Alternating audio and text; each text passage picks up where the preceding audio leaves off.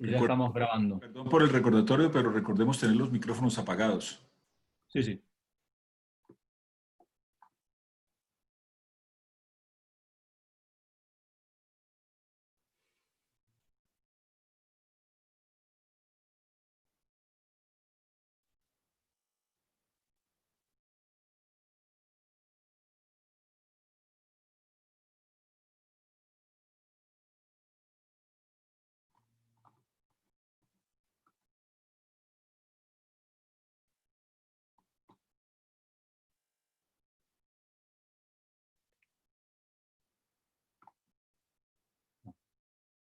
Bueno, buenas tardes, bienvenidos. Mientras se va conectando el grupo de personas que hoy nos va a acompañar, queremos saludarlos nuevamente en esta jornada, la segunda jornada, el segundo día de la segunda jornada cuyana del Foro Colaborativo de Calidad y Seguridad. Les recordamos que, bueno, esta es una jornada subregional de la Sociedad Internacional de Calidad, ISCUA, y bueno, y nuevamente queríamos agradecerles a los miembros del comité organizador, que son el doctor Carlos Tomás, el doctor Eduardo Polentaruti, la doctora Belén Peralta Roca y la doctora Andrea Falaschi, en conjunto con los que participamos del foro colaborativo. Y las organizaciones que apoyan este evento son el Instituto de Salud Pública y Gestión Sanitaria de Mendoza, el Hospital Pediátrico Noti de Mendoza, la Sociedad Argentina Pediátrica de Mendoza, la Asociación de Clínicas y Sanatorios de San Juan, la Asociación de Clínicas y Sanatorios de la Provincia de Mendoza e el Instituto de Efectividad Clínica. Nuevamente también agradecer la colaboración de ISCUA, de la Compañía Noble Seguros, de la Fundación Barceló, de ADECRA y CEDIM, Sancor Salud, de FEMEVA, de OMINT y sus clínicas, la Clínica del Sol, la Clínica Basterrica y la Clínica Santa Isabel, de Novartis y la división ASP Johnson Johnson y B. Brown.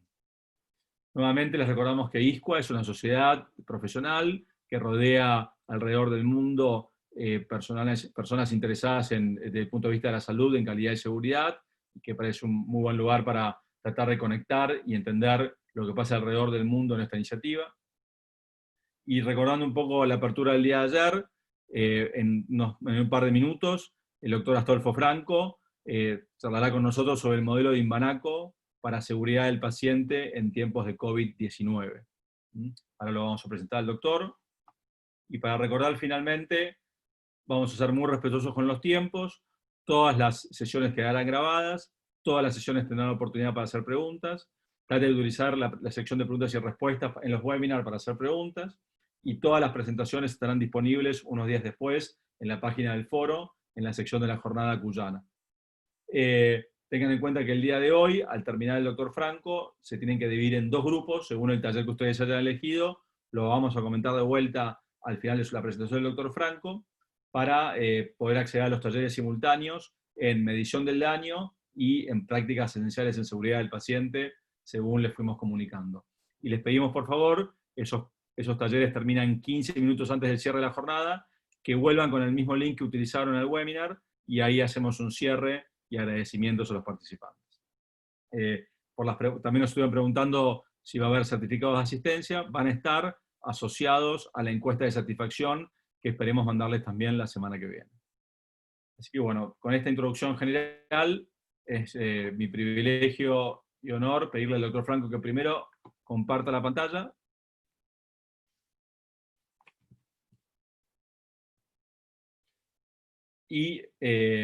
Entonces, mientras él comparte su pantalla, lo voy presentando. El doctor Astolfo Franco es médico cirujano, dedicado particularmente a la laparoscopía, es magíster en Administración de Salud y magíster en Administración de Negocios, y actualmente es el director de Calidad y Seguridad del Paciente del Centro Médico Inbanaco. Y también es consultor de Joint Commission International. Esos son parte de sus méritos y logros, de todos tantos, pero básicamente es un gran amigo y un gran amigo de aquellos que se dedican a la calidad y la seguridad en la región.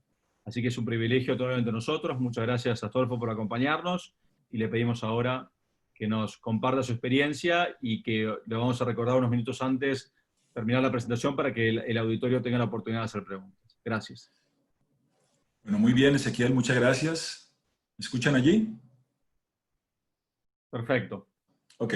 Bueno, muchas gracias, Ezequiel, por la invitación, a todos los organizadores, al IEX, a todos los organizadores, las asociaciones de Mendoza y de San Juan, por invitarme. Para mí es un enorme placer estar con los amigos de Argentina y compartir la experiencia que tenemos acá en el Centro Médico Imanaco, que es una entidad del Grupo Quirónsalud de España. Tengo problemas para avanzar la presentación. Tengo problemas para avanzar la presentación, Ezequiel. Fíjate, abajo a la izquierda de la presentación, por donde dice CAP Accredited, se tiene que prender una flechita para avanzar y... Es muy... tenés... disculpen, que no pudimos... Nos equivocamos en practicar esta parte. Estás con una Mac, ¿no es cierto? Estoy en un Dell. Sí. Salí de presentación compartida. Ok, dejo de compartir. Sí. Ya. Y poner la presentación completa ahora de vuelta. ¿Comparto? Sí, pero no, primero poner total el... Ok, y ahí la tengo ya mi pantalla de mi presentación. A ver. Y ponerla para compartir de vuelta. ¿En modo presentación está? Está en modo presentación, sí. Sí. Ahora compartir de vuelta. Espérate un minutico, por favor. Sí. Mil disculpas a todos. Ah, ya, qué pena. Ya. No se da problema, son cosas... Ya, Con toda la simulación. Déjame yo... salgo nuevamente. Sí. Ok. Ahora voy a compartir pantalla. La otra es, Astolfo, no usar en modo presentación, sino cuando tienes los slides en el centro y a los costados los slides chiquititos y vas pasando esos slides. Ok, sí, listo. Como plan B. Ok.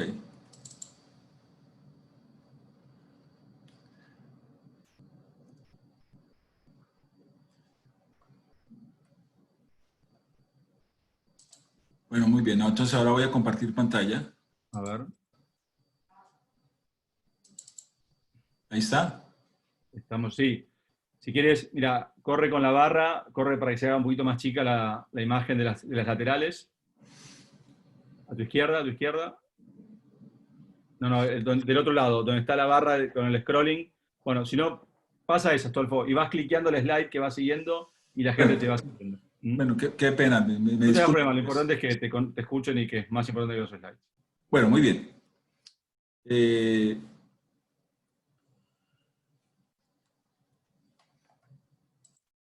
Ahí está, perfecto. Ahí va.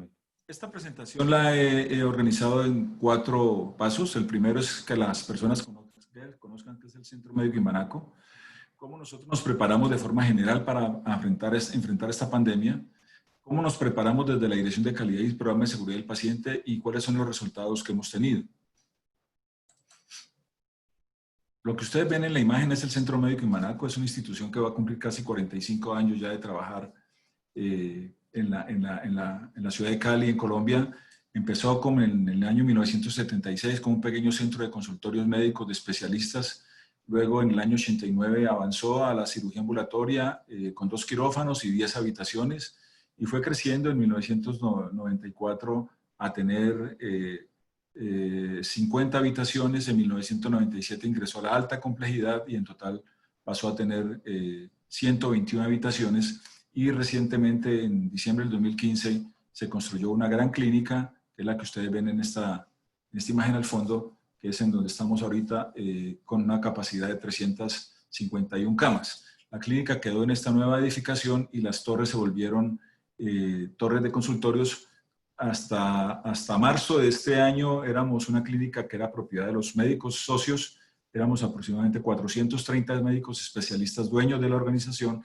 En marzo se efectuó la compra del Grupo Quirónsalud de España, así que ya la clínica no nos pertenece a los médicos, pertenece a un solo dueño, que es el Grupo Quirón de España, el grupo hospitalario más importante de ese país. Rápidamente, para pasar nuestra plataforma estratégica, nuestro propósito superior en el Centro Médico Imanaco: preservamos la salud y la vida entregando una atención humanizada y de excelencia. Nuestros valores corporativos son la vocación de servicio, la excelencia, la integridad y el trabajo en equipo.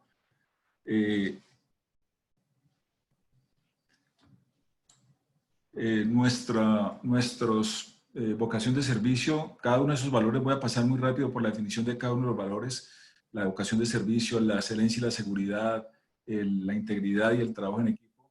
Y nos hemos propuesto para el año 2023 ser una de las 3 instituciones de prestación de salud más importante de Colombia. Ese es el reto que tenemos ahorita y hacia el cual estamos dirigiéndonos. Para que entiendan un poco la organización del Centro Médico Imbanaco, en el Centro Médico Imbanaco la parte asistencial está manejada por directores.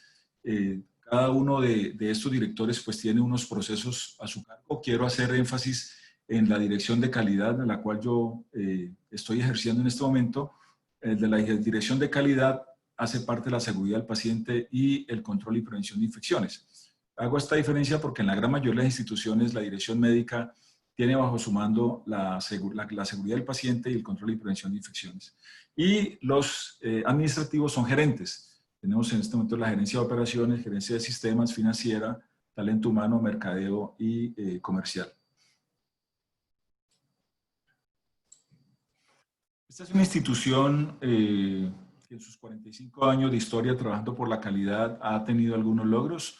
Es una institución acreditada por el ICONTEC, que es el ente que acredita los hospitales en Colombia desde el año 2003. Nosotros estamos acreditados desde el año 2006. Es una institución que ha ganado por 5 veces consecutivas, siendo la única en el país que lo ha conseguido, el Hospital Galardón Seguro. Es un galardón que entrega y gestiona la Asociación Colombiana de Hospitales y Clínicas. Es una institución acreditada Joint Commission desde el año 2017 y recientemente en el año 2019 fue galardonada obteniendo el Premio Iberoamericano de la Calidad en febrero de 2019. Más o menos para que ustedes se hagan una idea de lo que es Imbanaco, este es un día normal de Imbanaco antes de la pandemia. Los datos: 420 ingresos a urgencias, 40 ingresos de hospitalización, la estancia promedio de 5.5 días, 73 cirugías al día, 4.500 exámenes de laboratorio, 900 exámenes de imágenes, 120 endoscopias, 35 sesiones de quimioterapia y 120 sesiones de radioterapia. Antes de la pandemia nosotros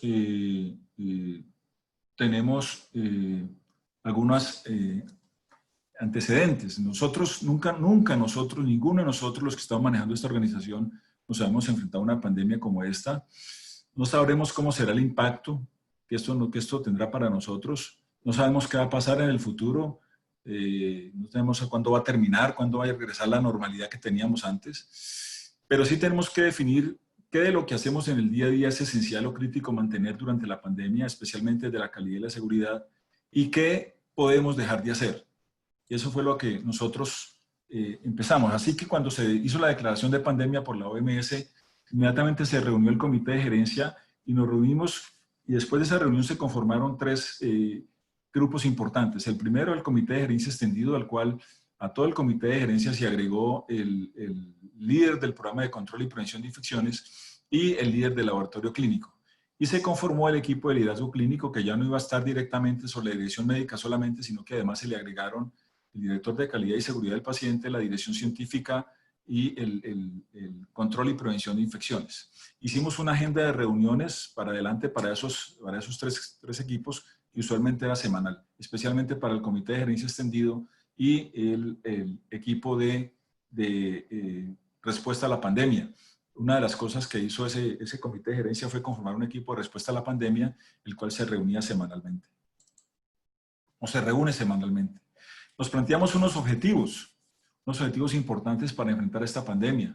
El primero de ellos, garantizar una respuesta oportuna, segura y efectiva frente a la demanda de servicios por COVID-19 y prioritarios no COVID, como oncología, trasplantes, cardiología, nefrología, reemplazos articulares, que afectaban grandemente la calidad de vida de las personas y que teníamos que seguirlas prestando a pesar de la pandemia. Segundo objetivo era garantizar la seguridad de nuestras instalaciones para los pacientes, para los visitantes y los colaboradores. Nos propusimos tener 0 contagios de nuestro personal, 0 muertes en pacientes COVID-19 en hospitalización básica y 0 eventos centinela en pacientes COVID y no COVID. Así que de ese momento se empezaron a preparar unos documentos. Lo que ustedes ven allí son el plan de contingencia y la guía de atención a pacientes COVID que se elaboró desde la dirección médica y el plan de respuesta del equipo de salud laboral para la atención de todos nuestros colaboradores durante la pandemia. Y iniciamos el trabajo a nivel del comité de gerencia con estos puntos que incluyen una revisión general de cómo el sistema trabaja.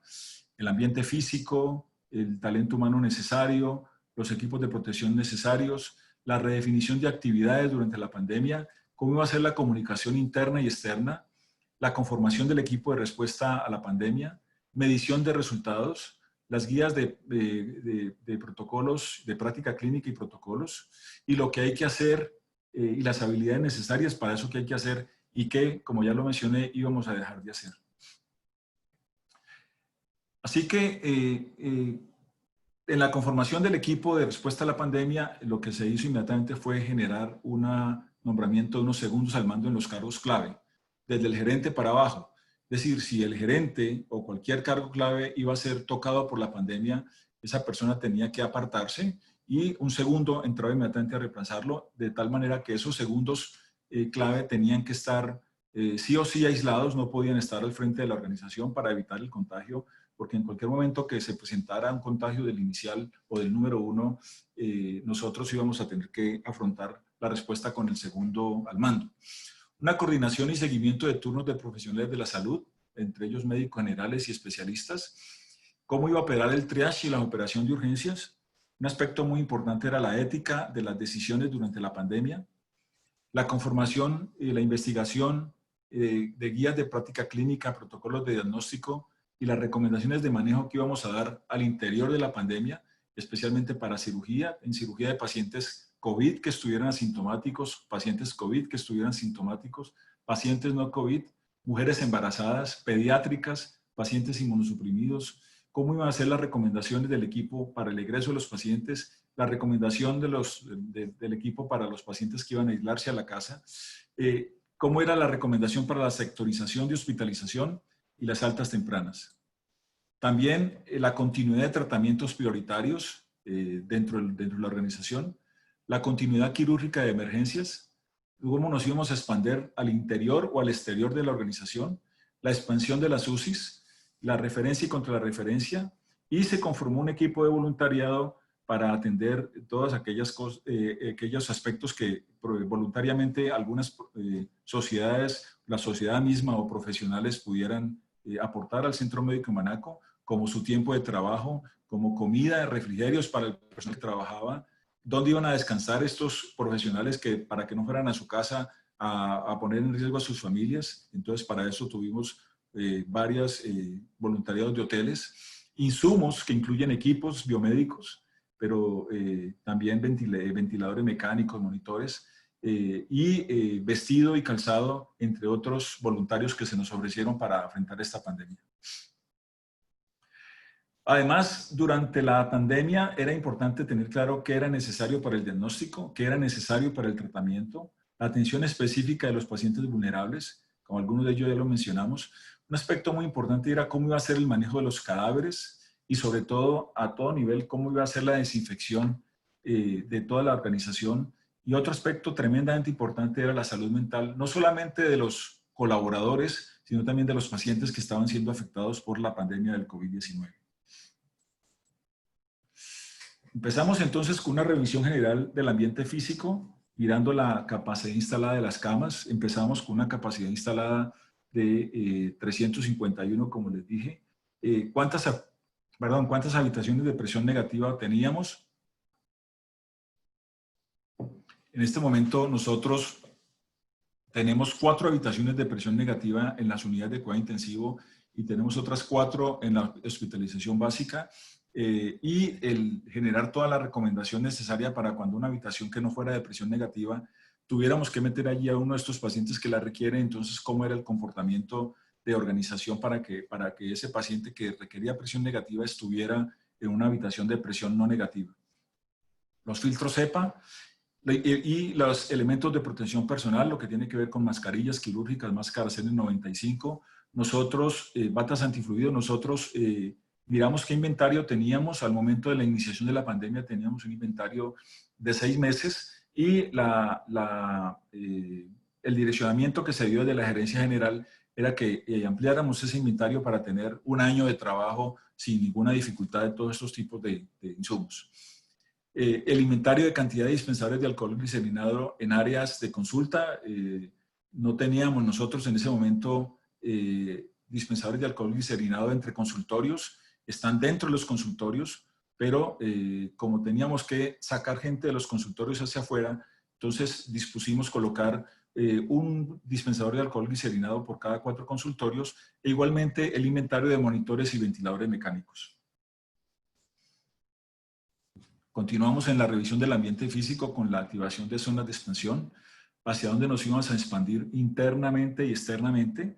Hay un plan de expansión interna que tiene que ver con volver unas habitaciones normales, habitaciones de cuidado intensivo, volver unas áreas como la capilla y áreas de intercambio, de esparcimiento, volverlas también zonas de expansión para atención de pacientes.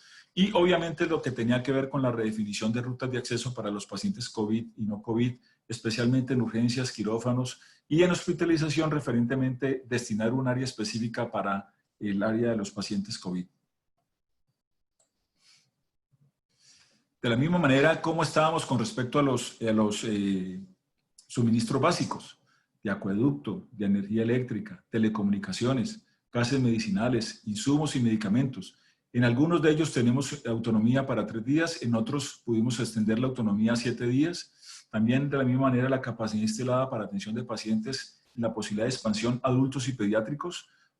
Pasamos en las camas generales de médico intensivo adultos, pasamos de 30 a 58. De la misma manera incrementamos el número de cubículos, camillas y sillas en la organización. ¿Cómo va a ser la redistribución de los puestos de trabajo y la ocupación de salas de espera? La señalización de todas estas salas, señalización con respecto a la higiene de manos, con respecto al COVID y al mantenimiento de la distancia física en estos diferentes tipos de áreas. Lo mismo para la desinfección de las áreas, lo referente con hospitalización, quirófanos, las salas de procedimientos y las salas de espera. Teníamos claro que lo que había que hacer era volver a entrenar a las personas en la higiene de manos, en el uso de bundles, especialmente en las infecciones asociadas a la atención en salud, en la desinfección de las áreas, en el uso correcto de los elementos de protección personal, especialmente en cirugía, con una particularidad especial, y es que en cirugía pues todo el mundo quería tener máscaras N95 y máscaras encima de las máscaras, por el miedo al contagio. Entonces, a través de videos y cursos ilustrativos en el aula virtual localizado en el intranet de Inbanaco, nos tocó hacer una importante campaña de reentrenamiento de la gente en el uso apropiado de estos elementos de protección personal, cuándo usar N95, cuándo no usar N95, cuándo usar bata antifluidos, cuándo no usar la bata antifluidos, en paciente sintomático, en paciente asintomático, etc. Bueno, fue todo una odisea. Redefinir la operación de la organización con respecto a las cirugías ambulatorias y cirugías selectivas. También fue algo que nos tocó implementar.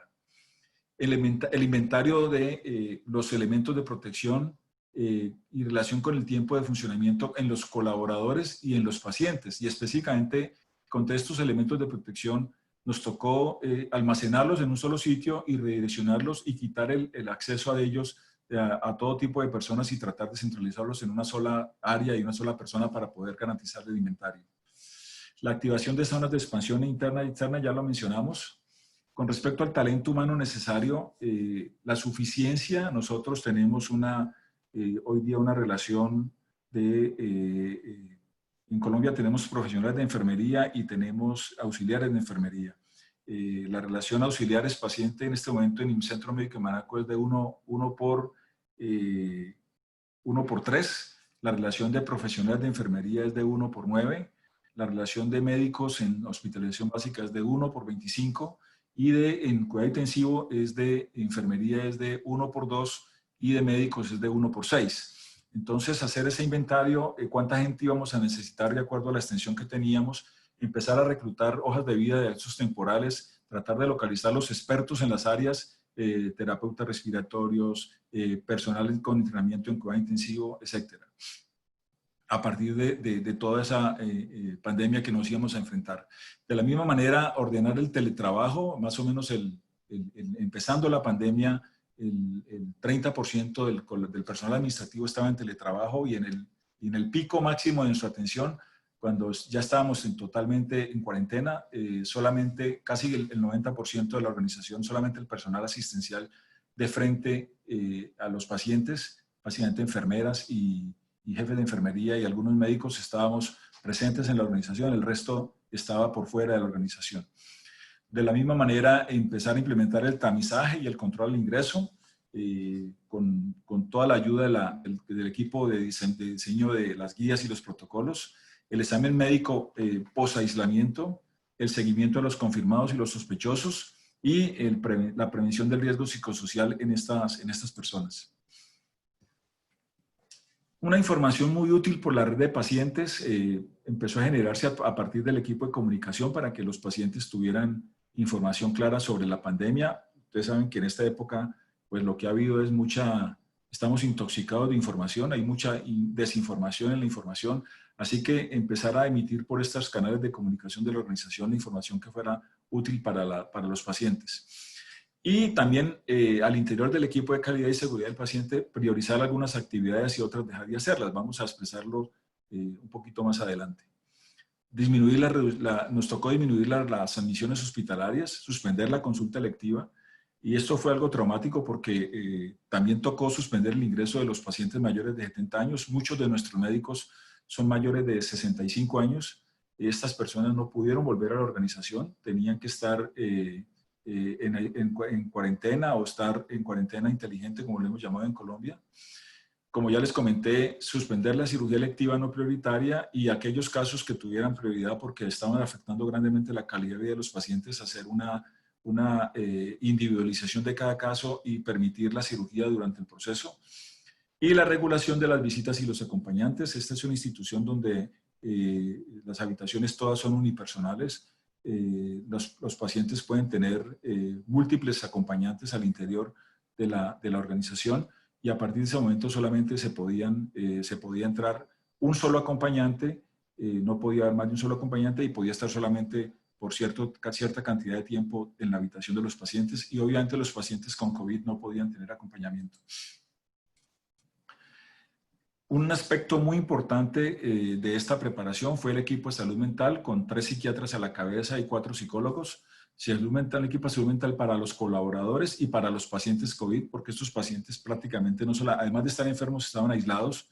Esto fue muy importante también para nuestro equipo de colaboradores, porque como sabemos, pues nosotros estamos sometidos a un estrés continuado en estas pandemias, con muchas preocupaciones sobre contraer la enfermedad, preocupaciones sobre la seguridad de nuestra familia. Somos testigos diariamente de la muerte de pacientes y de colegas. Estamos aislados de nuestros colegas y de la familia y sentimos que eso que está sucediendo no es bien apreciado por la organización, de tal manera que todo este estrés puede llevar a alteración de la salud mental, y por eso este equipo fue tremendamente importante para nosotros. O ha sido tremendamente importante para nosotros. Un equipo también muy importante es el equipo que se conformó para hacer las guías de manejo, de diagnóstico y las recomendaciones a todos los demás para el tratamiento en urgencias, hospitalización, cuidado intensivo, ambulatorio. Un equipo que constantemente está en investigación de lo que está saliendo de la literatura médica. Una vez se encuentran los estudios, se juntan a hacer consenso. Este equipo está conformado por las 3 direcciones médicas, más los infectólogos de la organización, más el de control y prevención de infecciones. Y una vez se hace consenso, empezar a socializar a toda la organización estas guías que fueron consensuadas entre todos nosotros. Atendiendo ya los pacientes, pues muy importante lo necesario para el diagnóstico. ¿Cuáles son los síntomas más comunes? Los signos vitales, la pulsosimetría, los signos respiratorios, los síntomas respiratorios, los síntomas gastrointestinales, cuándo pedir placa, cuándo no pedir placa, cuándo hacer un TAC, cuándo no hacer un TAC, el ultrasonido, los laboratorios, si son pruebas rápidas, si son pruebas con PCR, la comorbilidad de estos pacientes, en fin, una cantidad de información que fue necesario empezar a tener claridad para cierto grupo de poblaciones, especialmente las poblaciones vulnerables, y sobre todo porque en esta pandemia un día sale un estudio diciendo que lo que hay que hacer es A, y al otro día sale otro diciendo que A no sirve, sino que lo que hay que hacer es B, y luego sale otro diciendo que A y B tampoco sirven, que lo que sirve es C, etc. Así que importantísimo este equipo de trabajo para poder identificar exactamente la sintomatología, la signología de esta enfermedad y sobre todo haciendo énfasis en algo muy importante que fue el factor pronóstico negativo, es decir, identificando aquellos casos de alto riesgo y empezando a generar el acercamiento y la comunicación importante para cuando identificamos un factores pronósticos negativos. De la misma manera, lo necesario para el tratamiento, muchísima información sobre el uso de antivirales, sobre los inhibidores de la enzima convertidora de angiotensina, los betabloqueadores, el oxígeno de alto flujo, etc. Toda esta cantidad de componentes de un tratamiento, de un paciente de estos, muy importante tenerlo definido para poder generar confianza en nuestros colaboradores, confianza en nuestros pacientes y poder nosotros llegar a buen término con este manejo. De la misma manera, el egreso. Tener claramente las recomendaciones o los criterios para cuando un paciente egresa directamente desde urgencias, si va a su domicilio, o cuando ingresa desde la UCI a un piso de hospitalización básica, cuáles son los criterios para que egrese, los criterios para ingresarlo a un cuidado intensivo, cuando un paciente es asintomático pero tiene un hisopado positivo, o asintomático y el hisopado son negativos, o cuando es el acompañante de un paciente positivo, o cuando se iba a cuarentena, o cuando se iba a aislar. Todas estas recomendaciones tendrían que estar claramente definidas y estandarizadas para cualquier paciente de esta organización. También muy importante el manejo de los cadáveres. Cómo se debe preparar una persona que va a ingresar a una habitación a embalar un cadáver. Nos tocó definir prácticamente un protocolo claro. Friccione las manos, póngase las polainas, vuélvase a friccionar las manos, póngase el N95, póngase el gorro, vuélvase a friccionar las manos, póngase la bata, fricciónese las manos, dejar todo esto claro y hacer una vigilancia estricta de que este protocolo se cumpliera para poder manejar estos cadáveres. La camilla donde íbamos a depositar el cadáver no podía tener colchoneta, no retirar los tubos ni las ondas del cadáver, tapar los tubos orotraqueales con gasas impregnadas de alcohol al 70% y definir claramente una ruta de evacuación de ese cuerpo de manera interna y hacia el exterior cuando llegaran las funerarias por él. De la misma manera, la desinfección, en la limpieza de superficies, la desinfección de esas mismas superficies,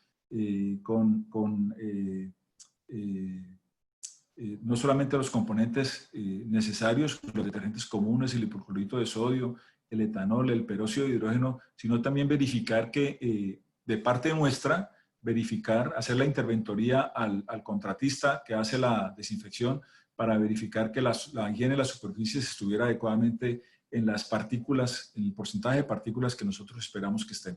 El uso de los guantes y cuándo usar autoclaves y cuándo esterilización. Básicamente cuando se iban a hacer autopsias o cuando se manejan insumos que han estado en contacto con cadáveres, es que se pueden hacer o se determina hacer estos tipos de esterilización.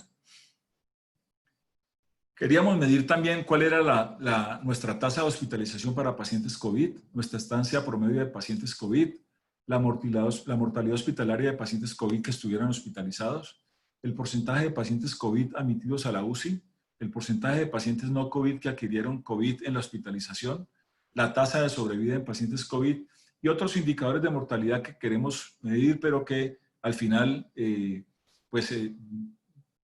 los números no han sido muy importantes para nosotros porque pues estamos prácticamente atendiendo 100% de los pacientes de epidemia en la gran cantidad de habitaciones que tenemos destinados para ellos.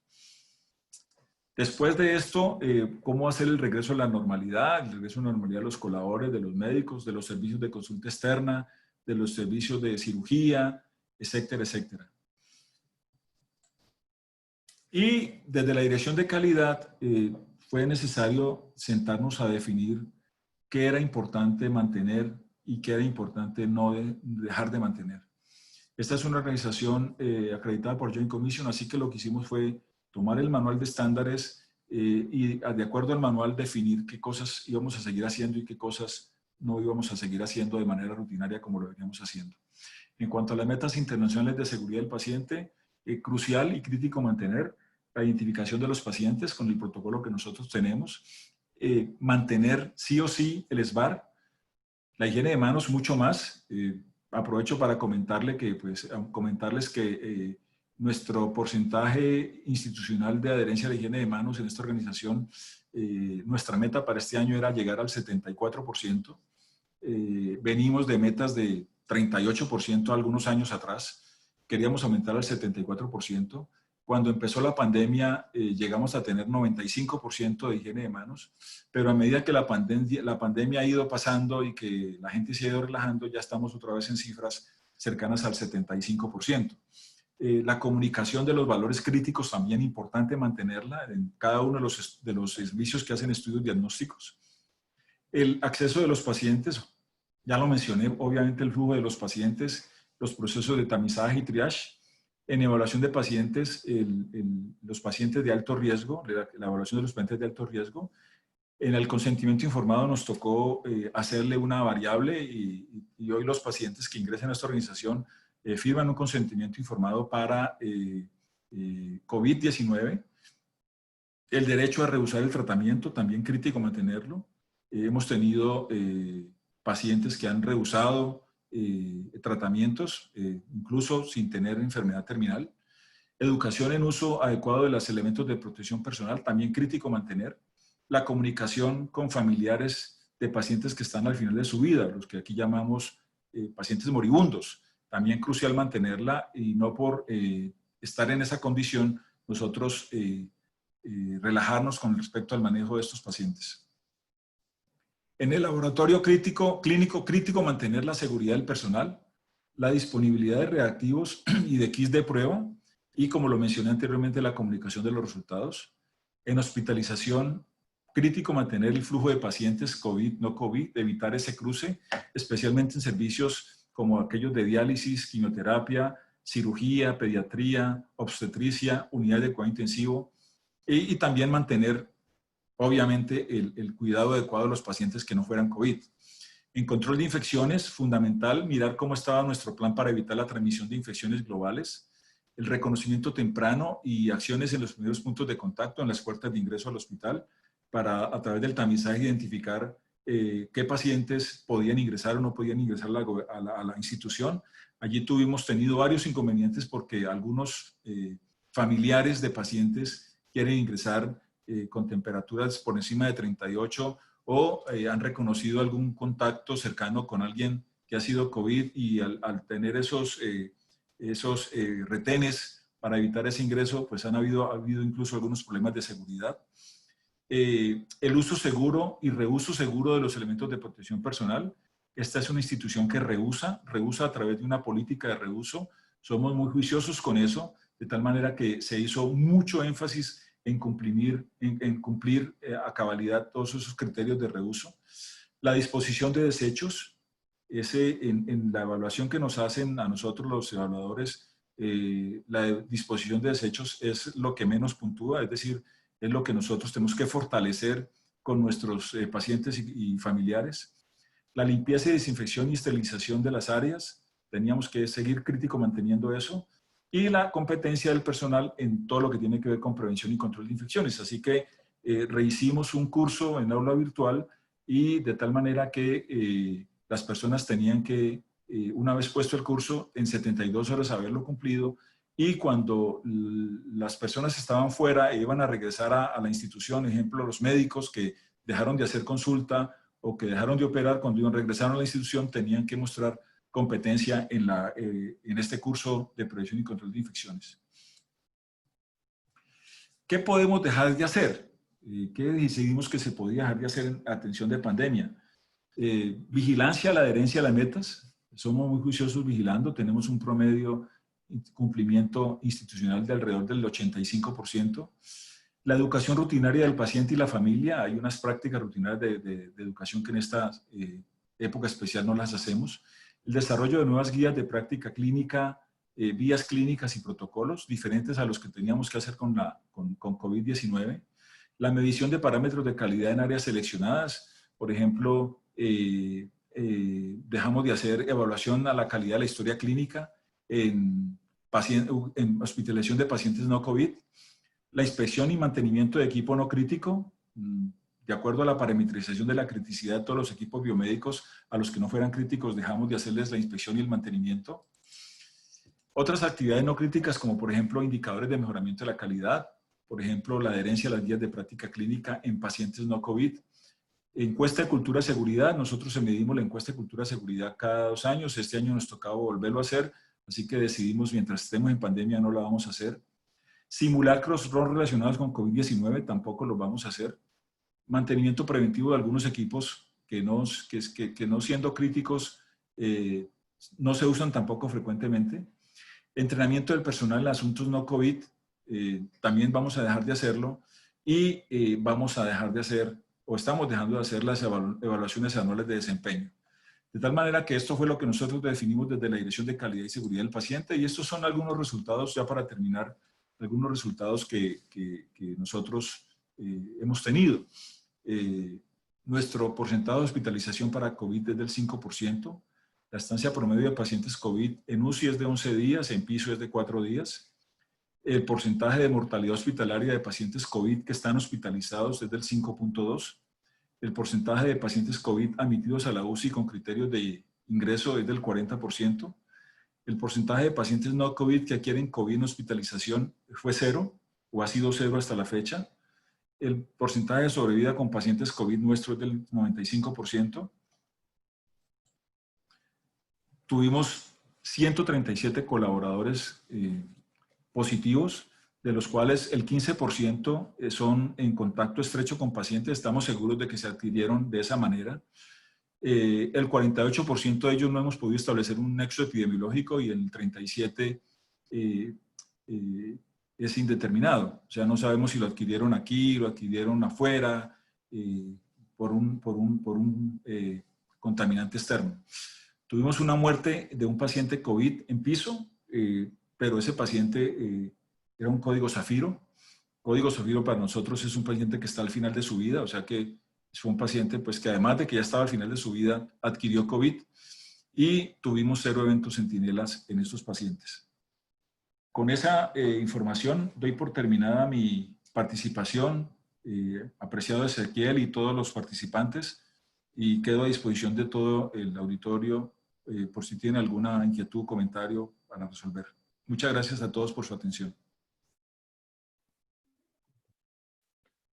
Gracias, doctor. Sí. Muchas gracias por la presentación, excelente. Hay algunas preguntas del público. Jorge Guerra comenta que sin duda haber estado acreditado con la Joint Commission les debe haber ayudado mucho. Consulta si tenían planes elaborados de gestión de riesgo antes de la pandemia. Sí, esta institución, por ser acreditada, tiene que tener un programa de gestión de riesgos. Nosotros tenemos un programa muy bueno de gestión de riesgos, permítanme decirlo de esa manera. Tenemos 735 riesgos identificados, de los cuales 435 son asistenciales, 300 son administrativos. Y en el término de infecciones, nosotros cada año hacemos un risk assessment de infecciones y en el cual está incluido el riesgo de que nos enfrentemos a una infección global, de transmisión global. De tal manera que tener esto determinado nos ayudó muchísimo para poder elaborar todo ese programa que nosotros les hemos presentado. No sé si la respuesta es clara y responde a la pregunta. Perfecto, doctor, muchas gracias. Aquí hay otra pregunta que pregunta ¿quién hace el ingreso y el tamizaje respecto al ingreso de los pacientes y el tamizaje? ¿Quiénes realizan esta tarea? Ya, el ingreso de los pacientes en este momento se hace por urgencias y por cirugía. Entonces, cuando un médico quiere operar un paciente electivo, en este momento, ese médico tiene que contestar un tamizaje que lo hace directamente el coordinador asistencial de sala de operaciones. Al respecto de las preguntas sobre la temperatura, bueno, ya no se le pregunta lo del viaje porque no se puede viajar por la ocasión, pero sí respecto al contacto y si ha tenido contacto con pacientes infectados, etc. Eso en la parte de cirugía electiva lo hace directamente el coordinador asistencial de cirugía, que es un médico. En urgencias, el tamizaje lo hace también un médico que está de turno en urgencias. En las puertas de entrada a la organización, por los diferentes accesos, nosotros tenemos 24 personas. Entre esas 24 personas, todos son auxiliares de enfermería, o sea, enfermeras no profesionales que han sido adecuadamente entrenadas para hacer ese tamizaje. El tamizaje consta de 4 preguntas básicas y de la toma de temperatura a la organización, antes de entrar a la organización. Muchas gracias, doctor. La doctora Diana Rodríguez Hurtado pregunta, las camas que asignaron a COVID-19, la cantidad de camas, si tuvieron una UCI exclusiva para COVID, si en algún momento les faltó test de PCR, y si por la gran demanda tuvieron que otorgar camas al Ministerio de Salud. Ya. Son varias preguntas en una. La primera, nosotros teníamos antes de la pandemia 30 camas de cuidado intensivo para adultos, hoy día son 64. La segunda, al principio tuvimos muchos problemas para la adquisición de kits de PCR, hoy día ya no tenemos ese problema. ¿Cuál otra pregunta fue? Perdone, que se me fue. Si otorgaron camas al gobierno, al Ministerio de Salud por la gran demanda. Sí, con las camas. En este momento nosotros tenemos uno de nuestros pisos, cada piso de hospitalización tiene 65 habitaciones. Nosotros en este momento tenemos todo un piso, 65 habitaciones para pacientes COVID, dedicados solamente a pacientes COVID. Y como le comenté, pasamos de 30 camas de cuidado intensivo a 64 camas de cuidado intensivo. El gobierno nos ofreció, nos pidió expandir nuestra capacidad de atención. Los expandimos de esa manera, como les estamos contando. Hoy día tenemos en las UCI, cuidado intensivo, camas COVID, una ocupación del 100%, y en hospitalización, en el piso séptimo de camas COVID, no intensivas, sino básicas, una ocupación del 100%. El gobierno nos ofreció 12 ventiladores para incrementar 12 camas. Les dijimos que no podíamos incrementar 12 camas más porque estamos ya recuperando la normalidad casi como antes de la pandemia. De hecho, esta mañana tuvimos comité de gerencia y el buen dato es que en 4 meses volvimos a facturar lo que facturábamos antes de la pandemia, cuando al primer mes de la pandemia ya habíamos perdido el 75% de la facturación.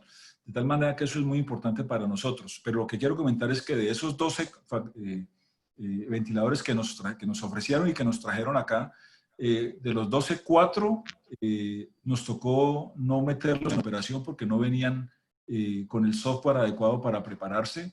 2 se pusieron a prueba y dejaron de ciclar espontáneamente. Así que básicamente de esos 12 utilizamos 6 y lo que hicimos fue utilizarlos en pacientes COVID. De tal manera que los ventiladores que estaban antes con esos pacientes se fueron a la atención de pacientes no COVID en otras áreas, en otras camas. Muchas gracias, doctor. Una pregunta en cuanto al testeo de personal en salud, si ustedes lo recomiendan y se hacen screening para el cuidado del personal de salud. Y también hay otra pregunta relacionada a personal de salud, que es cómo estaba conformado el equipo para la asistencia de salud mental de los profesionales.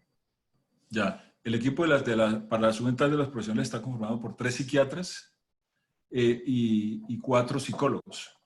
3 psiquiatras que son médicos, que eran antes accionistas de la organización, hoy son médicos particulares que ejercen su trabajo en la institución como médicos particulares. Y los 4 psicólogos son 4 psicólogos que pertenecen al área de talento humano. Esta organización tiene una fortaleza, considero yo, muy importante, que es que tiene un programa especial que se llama Plan de Asistencia al Empleado. Y ese programa tiene 4 psicólogos. Realmente tiene 7 psicólogos, de los cuales 4 pasaron a apoyar la salud mental de los colaboradores. Y ha sido muy bien recibido por la organización, y ahorita hay incluso una tendencia interna entre toda la organización para que ese programa se continúe a pesar de que la pandemia vaya disminuyendo, cuando vaya disminuyendo. Con referencia al screening de los colaboradores, nosotros definimos muy claramente qué hacer cuando un paciente estaba asintomático, cuándo es un contacto estrecho y cuándo es un paciente sintomático. No hacemos pruebas rutinariamente para detectar, porque si nos ponemos a hacer pruebas, primero se nos acaban porque no tenemos muchas y segundo nos quedamos sin gente para trabajar porque la mayoría nos van a salir positivos y nos toca aislarlos y son asintomáticos. De tal manera que tenemos muy claramente definido eso y cuando identificamos un contacto positivo o un colaborador positivo, lo que hacemos es un cerco epidemiológico a sus contactos estrechos y los aislamos y de tal manera, de esa manera nosotros hemos podido llevar bien el manejo de esta pandemia.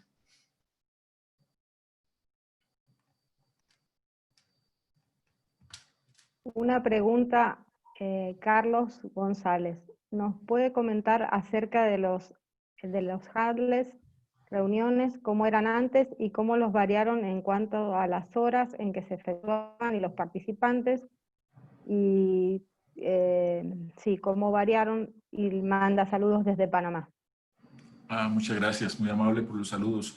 Nosotros no hacemos huddles de rutina, no los hacemos de rutina. Lo que somos muy juiciosos es que el SBAR sea un SBAR muy juicioso e incluso le hacemos seguimiento a la adherencia al SBAR y a la incidencia de eventos adversos o de near miss que se presentan por el uso inadecuado del SBAR. Estos huddles esta metodología de trabajo hubo que redefinirla de tal manera que buscamos al mismo tiempo, también en ese tiempo buscamos que al mismo tiempo hubiera la menor cantidad posible de gente en la organización. Los turnos de 7, usualmente en esta organización se trabaja por turnos de 6 horas en el día y 12 horas en la noche. La gente pasó de trabajar 6 horas a trabajar 12 y con episodios de descanso. Entonces unos venían una semana, otros venían otra semana, otros venían otra semana, de tal manera que hubo que volver a redefinir los turnos de trabajo y la manera en que se comunicaba tuvo que ser fortalecida y volver a implementar nuevamente educación sobre los SBAR para tratar de disminuir la posibilidad de que hubieran incidentes y eventos adversos durante la entrega del turno de los pacientes. Muy bien, muchas gracias. Una pregunta con respecto a neumonías asociadas a ventilador. Preguntan si la llegada de la pandemia ha generado deterioro en las tasas de neumonía asociada a ventilador o han podido lograr los mismos niveles que tenían prepandemia. No. Y otra pregunta, perdón, Sí. relacionada también a control de infecciones, ¿cómo mide la adherencia al lavado de manos? Nosotros hacemos vigilancia a la adherencia al lavado de manos, le hacemos vigilancia por unos personajes que le hemos llamado champions de la vigilancia, y es que nosotros nuestro equipo de control de infecciones está conformado por 2 médicos, de los cuales uno de ellos es epidemiólogo, hay uno encargado del control de infecciones, el otro médico es encargado exclusivamente para el programa de profilaxis antimicrobiana, hay una enfermera profesional y hay 6 enfermeros técnicos. Ese es nuestro equipo de prevención y control de infecciones. Entonces, estas personas han capacitado a los demás a otros champions que no son conocidos, que son conocidos por el comité, pero no son conocidos por la organización, para hacer vigilancia a la adherencia.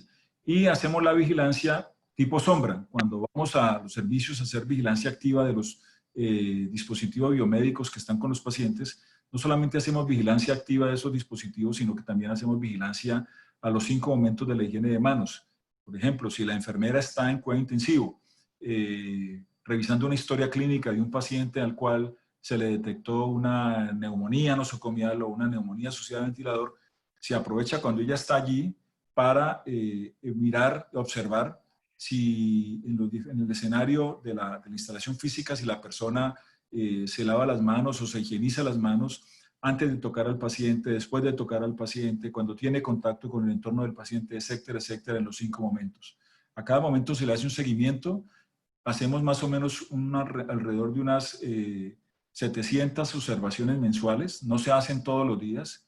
Sería imposible hacerlo todos los días. Sería imposible hacer más observaciones. Pero con esas observaciones, nuestras cifras de infección nosocomial y nuestras cifras de infección asociados a los dispositivos médicos están dentro de los referentes, están por encima de los referentes nacionales, por debajo, pues obviamente los referentes nacionales, pero están también comparables con los referentes internacionales. Muy bien, muchas gracias. Hablando de indicadores, preguntan cuántos puestos de UCI estaban a cargo por cada intensivista y si presentaron variación en los teams de cuidados intensivos para proceder con las atenciones. Obviamente, al incrementar el número de camas, doblarlas, pasarlas incluso más del doble, pues nos ha tocado incrementar equipo humano, ingresar nuevos médicos, médicos intensivistas, médicos de diferentes especialidades que trabajan en cuidado intensivo, como cirujanos, como anestesiólogos, como internistas, como pediatras. Y evidentemente hoy tenemos una relación de un médico por cada 6 camas. Incluye pacientes COVID y no COVID en cuidado intensivo. En el área quirúrgica preguntan si siguen tratando a todos los pacientes como sospechosos de COVID, es decir, aquellos que no tienen PCR realizado, ¿se los toma como sospechosos o usan PCR para definir el ingreso a quirófano? No, el tamizaje es básicamente lo que define el ingreso a cirugía o no, es el tamizaje. Si el tamizaje hecho por el médico para para programar la cirugía le dice que no, entonces la puede programar. Pero cuando el paciente lo toma a la institución, se le hace un tamizaje por una segunda persona. Si el tamizaje implica la sospecha, entonces el paciente no se le opera hasta que no se haga PCR. Y una vez se tiene la respuesta a la PCR, se decide si se puede operar o no se puede operar. Básicamente ese es el manejo que estamos dando en cirugía actualmente. Muchas gracias, doctor. Aquí hay una pregunta de cómo realizan el seguimiento de la metodología SBAR. ¿Alguna herramienta o formato? Nosotros tenemos una herramienta estandarizada para el SBAR, pero esa herramienta que es estandarizada en su contenido, en la S, la B, la A y la R, ha sido individualizada por cada servicio, de tal manera que lo que se pregunta en la B o en la A, lo que hay en la B o en la A es diferente para recién nacidos de lo que es para cuidado intensivo adultos, o en recién nacidos de lo que es para hospitalización básica.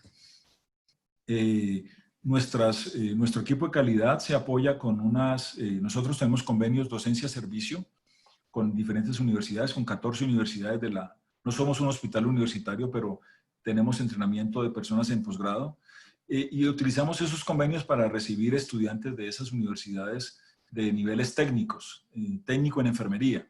Tenemos en la organización en calidad en este momento 4 técnicos de enfermería, y esos técnicos de enfermería los hemos entrenado para hacer vigilancia a la adherencia al SBAR, básicamente a través del formato que debe quedar como evidencia una vez se hace el SBAR.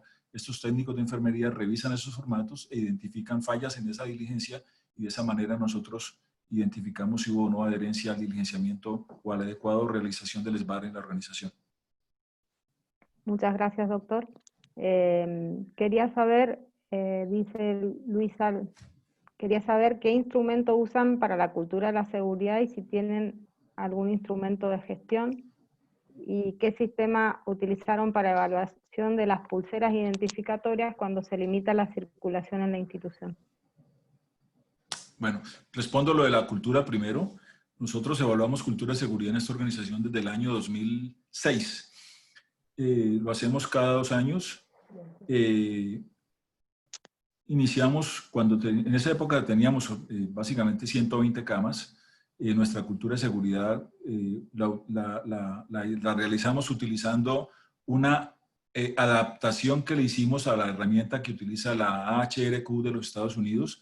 Esa herramienta tiene 42 afirmaciones, nosotros la bajamos a 20, adaptación específica, y desde el 2006 utilizamos el mismo estándar, el mismo formato, y lo hacemos, como les dije en la presentación, cada 2 años. Una vez hubo el ingreso grande de personas a la organización porque aumentamos de 120 a 350 camas, ingresaron alrededor de 650 personas nuevas a la organización. En ese momento la cultura, que venía en alrededor del 89%, presentó una caída gradual, y en los últimos 5 años ha venido cayendo del 89 al 82%. La última medición fue el 82%. Para nosotros una buena encuesta de cultura son resultados por encima del 80%, pero preocupados por esa disminución progresiva, nos hemos dedicado a hacer unas estrategias tendientes a mejorar a la cultura de seguridad, de tal manera que este año íbamos a tener claridad si lo hubiéramos logrado o no, pero mientras tengamos pandemia no lo vamos a hacer. Utilizamos esa herramienta adaptada, pasamos de 42 preguntas que ellos tienen a 20 y esa es la que utilizamos en esta organización.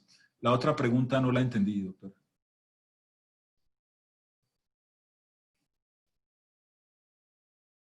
No, tiene el micrófono apagado. Sí. ¿Qué sistemas utilizaron para evaluar las pulseras identificatorias? Había cuenta de que había una limitación en la circulación de la institución, si tuvieron que variar algún tipo, el procedimiento que hacían con las pulseras identificatorias. No, realmente no entiendo la pregunta. Nosotros no le colocamos pulsera a todos los pacientes que ingresen a esta organización, solamente a aquellos pacientes que están hospitalizados o que van a tener algún tipo de intervención en su cuerpo, pues, bien sea por cirugía o porque le van a hacer un cateterismo o va a recibir sedación. Pero no todas las personas que ingresan a esta organización tienen pulsera identificatoria o manilla identificatoria. Así que no hemos hecho ningún cambio con respecto a eso. Perfecto. Bueno, muchas gracias, doctor. Estamos justo en tiempo. Puedes tomar un par de preguntas más si querés, Andrea, ¿eh? ¿Sí? ¿Seguimos? Bueno. Es que el doctor es muy popular, le hicieron 40 preguntas al menos ya. Es tremenda la cantidad de preguntas que tiene, doctor. No esperábamos menos. Sí. Gracias. Bueno, espero haber sido de ayuda, básicamente, y haber colmado las expectativas de quienes están atormentándose, viéndonos a todos nosotros ahora. Preguntan si no hacen encuentros presenciales, si usan algún tipo de simulación de baja fidelidad para la capacitación. No entendí. Claro, si la capacitación es presencial o hacen encuentros de capacitación en simulación. No, aquí ya nadie quiere hacer nada presencial, porque con esta pandemia nos dimos cuenta que este medio es espectacular. De tal manera que ya hoy día la gente ya ni siquiera viene a trabajar, se quedan en su casa y también encontramos que cuando con este medio trabajamos más. Antes empezamos a trabajar a las 8, ahorita empezamos a trabajar desde las 6:30 de la mañana o 7 y son las 9 de la noche y estamos trabajando. Así que para las organizaciones ha sido una gran ayuda esta virtualidad y para nosotros ha sido también una gran ayuda porque ha incrementado la posibilidad de mejorar nuestra capacitación, de mejorar nuestra comunicación y de hacer mucho más presencia en las cosas que tenemos que hacer ya en las casas de las personas, no solamente en Imbanaco, sino ya dentro de las casas de las personas. Bien. Hay una pregunta más en cuanto a la situación del personal de salud. Nos preguntan si en su país hay problemas con el personal de salud o si si ha habido muchos contagios y además si ha habido maltrato al personal médico como en algunos países de Latinoamérica. También la misma historia, los latinoamericanos somos iguales todos, en toda parte somos iguales, nos comportamos igual. De hecho, mire que no cumplimos muchos de los objetivos que nos hemos propuesto, no los cumplimos. Habíamos pensado tener 0 gente contagiada y tenemos un montón de gente contagiada porque somos muy indisciplinados. Entonces, el gran reto que esto nos ha dejado es cómo la gente entiende que hay que usar la máscara, que hay que usar, guardar el distanciamiento físico. Nosotros hemos tenido que suspender colaboradores porque se les llamó la atención porque con cámaras los evidenciamos que no estaban respetando el distanciamiento físico. Encontramos gente abrazándose, besándose, boca a boca en los cafetines. Mire el video, promete hacerlo, lo prometió pero no lo volvió a hacer, volvió a recaer en lo mismo, entonces hubo que tener ya pasar de la acción educativa a la acción punitiva, porque es que somos tremendamente difíciles de entender. De hecho, creo que si fuéramos más fácil de entender, pues no teníamos el compromiso que tenemos. En Colombia, oí yo ayer en las noticias, van alrededor de 400, casi 500 profesionales de la salud muertos en esta pandemia. Muchísimo. Eso es tremendamente, bueno, ahí se meten no solamente médicos, se meten técnicos, auxiliares, jefes de enfermería, todo aquel que trabaja en salud está allí metido. Entonces, eso es muchísima gente. Muy bien. Hay una última pregunta, si están preparados para posibles rebrotes. Nosotros pensamos que esto va a demorar, va incluso a llegar al 2021. Y como les dije desde el comienzo, nos preparamos para tener insumos durante un año. Así que ¿Están creo preparados? que sí. Bueno, muy bien. Muchas gracias, doctor, por su excelente presentación. Bueno, les Y, agradezco mucho por la invitación de nuevo, muy amables. Espero haber sido útil. por supuesto. Y gracias Gracias. por responder a todas las inquietudes del auditorio.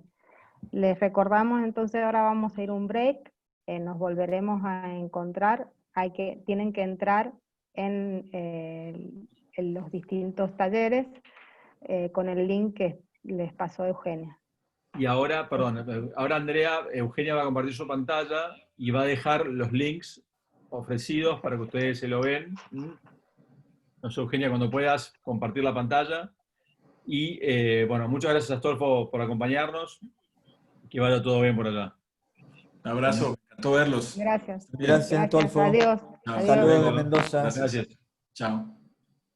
Bueno, esperemos que Eugenia idealmente ahora va a poner de vuelta los links. Si no están en el chat, para que los miren, ahí están los links de vuelta. Así que la idea es que ustedes se vayan acercando a cada uno de los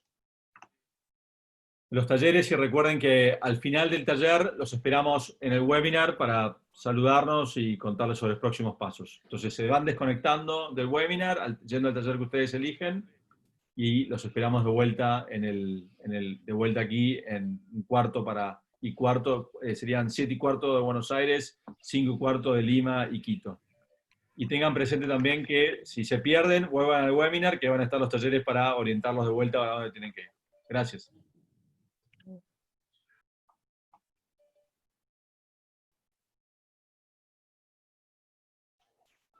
Ezequiel, yo me quedo acá hasta que Euge pueda poner, y así que vos andás yendo. Bueno, Eugenia salió y no está escuchando lo que estamos hablando, ¿no? Bueno. No, parece que Eugenia no escucha. Euge, No, Euge se conecta ahora en un ratito, Ezequiel, yo ahora lo pongo a la diapo, andás yendo. eso, por favor. Eso es live, por favor. Sí, sería. Dale, Gracias. vos andá a la reunión, igual que el Yo doctor ya estoy ahí, yo Carlos, me quedo en y paralelo. Gracias. listo.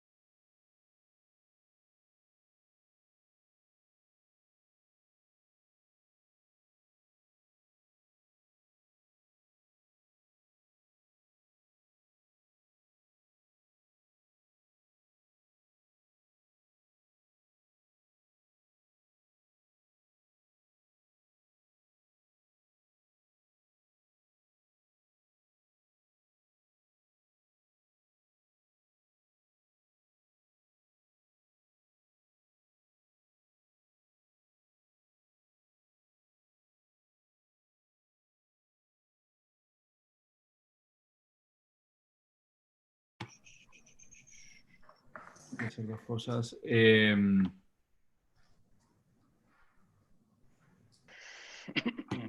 segundo. Comparto la pantalla. Bueno, creo que ya estamos con más o menos los que se quedaron. Bueno, ¿se ve la pantalla ahora, Andrea? Sí, ¿Se ve mi pantalla? sí, perfecto. Bien, bueno, simplemente para agradecer la participación, ahora dejo al comité organizador que haga los comentarios de cierre. 3 cosas. Los certificados van a estar asociados a una encuesta que les vamos a mandar tal vez la semana que viene, esperamos lunes o martes, a los que participaron de las jornadas de estos 2 días, para que ustedes nos den su opinión y su feedback para ver qué cosas tenemos que seguir mejorando. Y por otro lado, también tengan presente que las presentaciones en PDF y las grabaciones también vamos a intentar que estén disponibles en la página del foro próximamente. Y finalmente, comentarles que esto continúa. El 25 y 26 de agosto vamos a hacer otra jornada de 2 días por la tarde, esta vez con el foco en atención centrada en la persona, que le llamamos, que está organizado por la gente del grupo Centro y Litoral de la Argentina. Y después finalmente el 15 y 16 de septiembre también por la gente que organizó la jornada patagónica recientemente, vamos a hacer una jornada patagónica virtual, y aquí el tema va a ser innovación y valor. Y finalmente, la última semana de octubre, del 26 al 30 de octubre, vamos a hacer una semana completa de actividades, cortas, por supuesto, durante el día, y el viernes 30 es el día más fuerte, donde tendremos esperemos una gran cantidad de speakers internacionales. Será ya la jornada nacional del Foro Colaborativo, que ya tendrá otro despliegue, con un entorno tal vez un poco más formal en cuanto al entorno de acceso, de circulación entre las presentaciones. Ahí ya tendremos una estructura, no quiero decir más profesional porque hemos hecho mucho esfuerzo para que esto salga bien, pero digamos, por lo menos más formal en el sentido de lo que es una conferencia habitualmente entre las presenciales. Esto va a ser también de vuelta virtual. Así que bueno, gracias de vuelta por su interés. Espero que esto haya aclarado las dudas operativas que tengan. Y dejo al comité organizador que para ahí cada uno haga un comentario.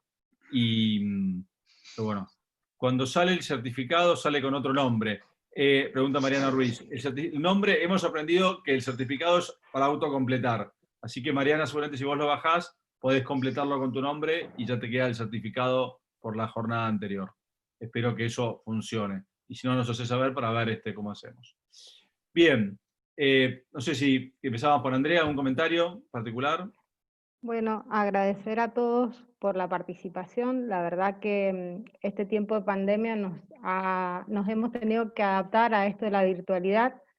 Creo que hay generaciones de gente joven que están muy habituadas y otros que hacen un gran esfuerzo, que hacemos un gran esfuerzo para acoplarnos en esto. Pero verdaderamente todo tiene su ventaja y sus desventajas. Fue lindo verlos, compartir experiencias, y ojalá que el año próximo podamos realmente vernos en presencia, ¿no? De todas maneras, un gusto haber compartido con ustedes. Creo que la integración de las experiencias locales fue muy linda, muy enriquecedor, y cada uno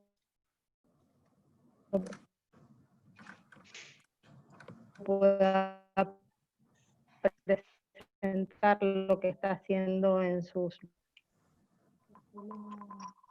Te perdimos, Andrea, pero se escuchó bastante bien. Gracias, Bueno, Carlos. Bueno, esto ha sido la prolongación de lo del año pasado, de la forma en que hemos podido.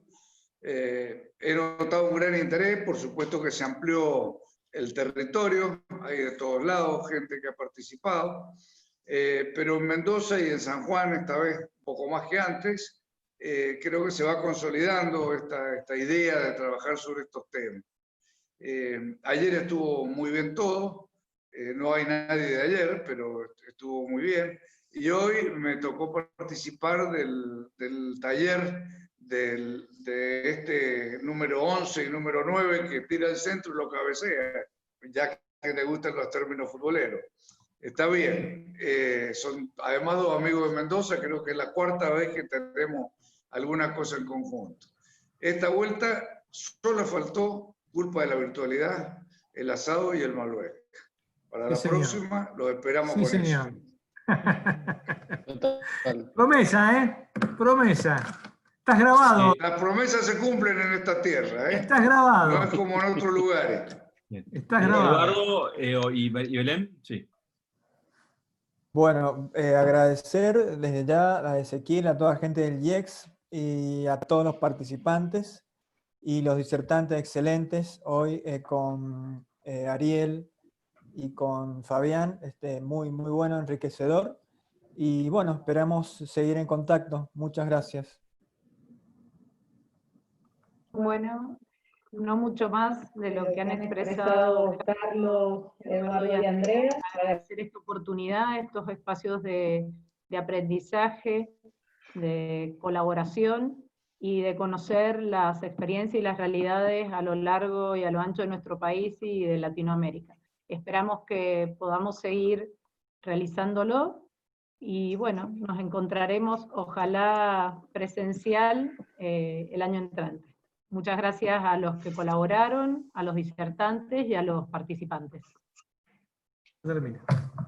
Bueno, un agradecimiento final, simplemente agradecerle a los expositores nuevamente por su participación en todas las sesiones, a María Eugenia Serres, que bueno, está entre nosotros y que ha ayudado mucho con el soporte de toda esta iniciativa y la planificación, y bueno, y Romina Melgarejo creo que nos abandonó, que estaba por la parte de soporte también de Haití, y ahí llegaban comentarios que los certificados parece que eran certificados blindados, así que bueno, de alguna manera estamos viendo a ver cómo mejorar eso, y les dejé el mail a algunos de ustedes de María Eugenia para que le escriban y podamos resolver ese tema de los certificados anteriores de NOAA y también los del futuro. Un placer, gracias a todos, terminamos puntuales y nos estamos viendo entonces el 25 y 26 de agosto para los que quieren seguir adelante en la jornada de atención centrada en el paciente Litoral Centro. Felicitaciones a la gente de Cuyo y hasta la próxima. Bueno, muchas gracias, saludos. Hasta luego. Hasta luego. Chao. Descansen, Adiós. Chau, Adiós. Estén muy bien. Hasta luego. Cierro el final. Adiós. Perfecto.